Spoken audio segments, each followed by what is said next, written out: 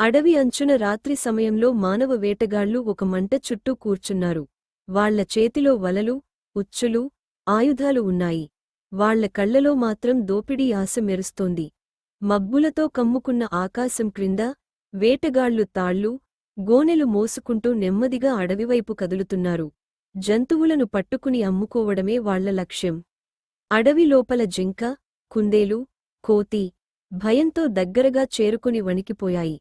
నక్క చెప్పిన మాట నిజం అవుతుందా అనే ఆలోచన వాళ్ల కళ్లల్లో స్పష్టంగా కనిపించింది.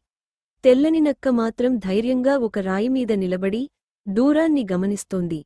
దాని నీలి కళ్లలో అప్రమత్తత, కాపాడే శక్తి స్పష్టంగా మెరిసింది.